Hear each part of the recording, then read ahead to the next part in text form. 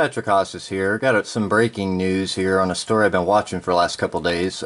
Most of you probably aware of what's going on with Qatar. Basically, Saudi Arabia has led this kind of coalition against them of all the local Arab states, cutting them off economically. But it looks like they might be about ready to go to war here, as Qatar puts military on highest state of alert over figures of imminent incursion.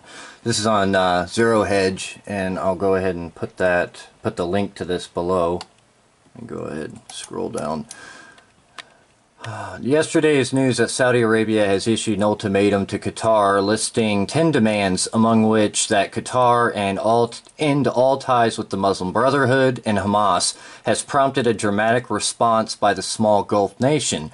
And according to a just released report by Arabic CNN, which we all know how accurate that might be, and confirmed locally, so maybe it is, as long as you're not taking CNN's word for it, I guess.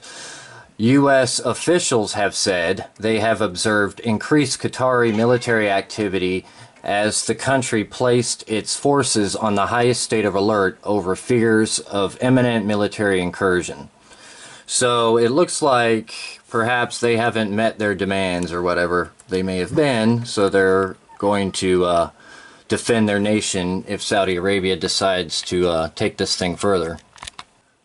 And they go on to make an interesting point here. The escalation comes at the same time as President Trump allegedly changed course on Qatar a day after praising a move by other Gulf nations to sever diplomatic relations with Doha, which hosts a U.S. military base crucial to the fight against ISIS. CNN, again, that sucks, but I guess that's their source.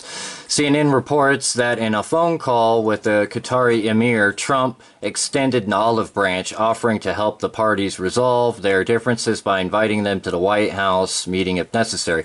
But what I'm kind of wondering is if perhaps maybe something Trump said when he was on his trip in Saudi Arabia has maybe created a kind of a Saudi Arabian Frankenstein, because I'm a little curious why they're so... I mean, number one, Trump gave them one of the biggest arms deals in history, which I question the wisdom of that. And then number two, immediately after that, you see how they're becoming more aggressive towards Iran, and now you see that they're isolating their rivals like Qatar, which is an easy target for them. I know a lot of people might think it's a good thing to see Saudi and Iran at each other's throats, but I'd remind you that Saudi Arabia is just the Sunni version of Iran. Iran's primarily Shia, and Saudi Arabia is primarily Sunni, but they're both sponsors of terrorism.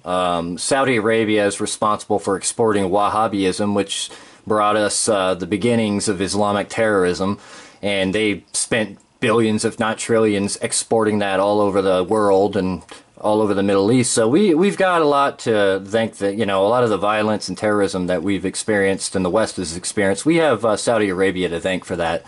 So I don't think it's a real good thing to reward them with a bunch of money and weapons and then let them go terrassing around the Middle East. But that's just my opinion. Let me know what you think in the comments below.